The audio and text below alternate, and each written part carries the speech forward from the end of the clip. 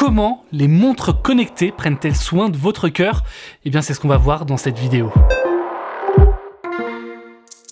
Il y a encore 2 ou 3 ans, la plupart des montres et des bracelets connectés se contentaient simplement de mesurer le nombre de pas. C'était juste des podomètres avec un écran. Et aujourd'hui, ils font bien davantage pour votre santé. C'est vrai qu'en termes de design, en termes de format, les montres et les bracelets ont très peu évolué ces dernières années. On a à peu près le même design que ce qu'on avait il y a 5 ans, sauf que sous le capot, ce sont quasiment de véritables appareils médicaux qui vous sont proposés. Le secteur de la santé où ces appareils ont le plus évolué ces dernières années, notamment poussés par Apple, c'est au niveau de la santé cardiaque, parce que c'est vrai qu'avec une montre ou un bracelet qui est posé contre la peau au niveau du poignet, ça permet de mesurer tout un tas de trucs. On a d'abord vu apparaître la mesure du rythme cardiaque qui est généralisée désormais à quasiment l'ensemble des montres et des bracelets connectés du marché, puis on a vu des termes un peu plus abscons qui sont apparus avec la SpO2, avec le VO2 max, on a même désormais des montres qui sont compatibles électrocardiogramme, et si tous ces termes vous perdent un petit peu, rassurez-vous, c'est ce que je vais vous expliquer aujourd'hui.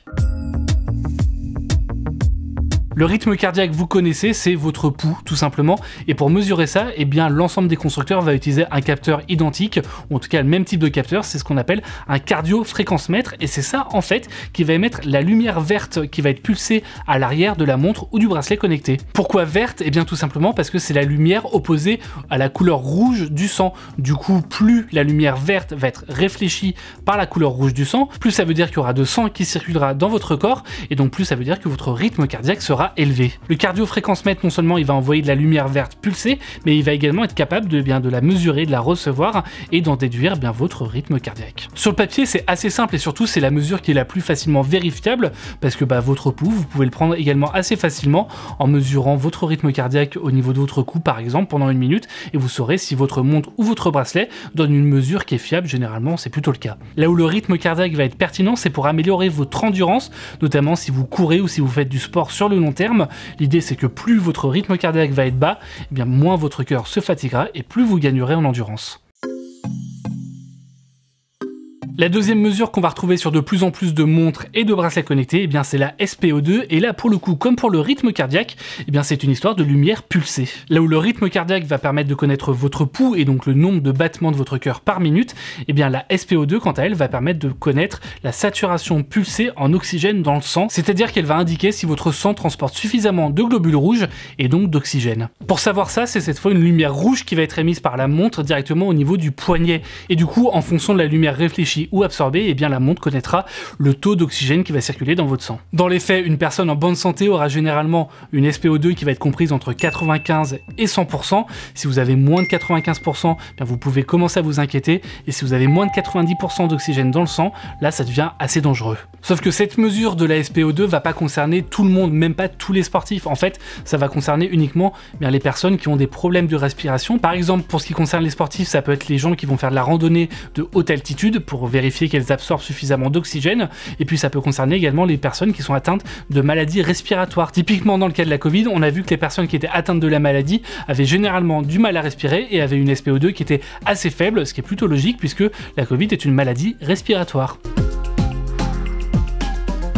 Une autre donnée qu'on va pouvoir généralement avoir sur les montres et les bracelets connectés, ça va être le VO2 max. Sauf que cette fois, le VO2 max, c'est pas une véritable mesure. Le VO2 max, en fait, c'est le volume maximal d'oxygène qui va être absorbé par une personne en plein effort. Et traditionnellement, pour le mesurer, on utilise tout un dispositif technique avec un tapis roulant, avec un masque qui va permettre de mesurer justement le volume d'air qui va être absorbé par un coureur à un rythme très élevé. Sur les montres, forcément, c'est impossible de connaître cette mesure précisément, tout simplement parce que les montres, elles sont pas reliées à la bouche comme ça. En revanche, grâce à quelques méthodes de calcul, elles vont pouvoir l'estimer grâce par exemple à la vitesse maximale d'un coureur ou à la distance parcourue sur une certaine période par exemple. Par contre, contrairement au rythme cardiaque ou à la SpO2, le VO2 max, c'est pas une mesure qui va pouvoir être faite comme ça à la volée, et c'est plutôt logique parce qu'en fait le VO2 max il va être calculé uniquement lorsque vous faites un effort intense, puisque c'est uniquement lorsque vous cherchez à absorber le maximum d'oxygène. Si jamais vous êtes au repos, vous n'allez pas chercher à respirer de manière frénétique, donc c'est vraiment uniquement lorsque vous lancez des sessions d'entraînement sur votre montre ou votre bracelet que vous allez pouvoir avoir une mesure ou une estimation du VO2 max. La dernière mesure cardiaque proposée, ça va être la plus rare et c'est plutôt logique parce que c'est pour le coup véritablement un dispositif médical et c'est l'électrocardiogramme ou ECG. Cette mesure, on va la retrouver uniquement sur une poignée de montre comme la Withings Scan Watch ou l'Apple Watch par exemple, mais uniquement après validation des autorités médicales. C'est pas une fonctionnalité qui peut être proposée comme ça à la légère. Par exemple, Samsung sur sa dernière Galaxy Watch 3 propose l'ECG dans certains pays, par exemple en Corée du Sud. En revanche, en France, on attend toujours la certification et la validation pour que ça soit proposé. L'ECG, qu'est-ce que c'est? En fait, c'est la courbe que vous connaissez sûrement déjà et qu'on voit parfois dans des films ou dans des séries qui se passent dans des hôpitaux. En fait, c'est une visualisation de l'activité électrique du cœur et pour ça, ça va être mesuré à l'aide de 2 électrodes qui vont être posées de part et d'autre du corps. Pour les montres connectées, évidemment, vous n'allez pas avoir des électrodes qui sont posées là et là. En revanche, vous allez avoir une électrode qui est posée au niveau de votre poignet et une autre qui va être posée au niveau du cadran de votre montre. Donc généralement, ce que les montres vont vous demander, c'est tout simplement d'appuyer sur la montre et du coup, vous allez avoir un petit signal électrique qui va passer de part et d'autre de votre corps, qui va faire tout le tour de vos bras et qui va permettre de visualiser directement sur l'écran de la montre l'électrocardiogramme. Le souci, c'est que comme ça va vous demander d'appuyer sur votre montre, c'est pas une donnée qui va pouvoir être faite automatiquement à un rythme régulier comme la mesure du rythme cardiaque par exemple, et donc du coup il vous appartient de le faire assez régulièrement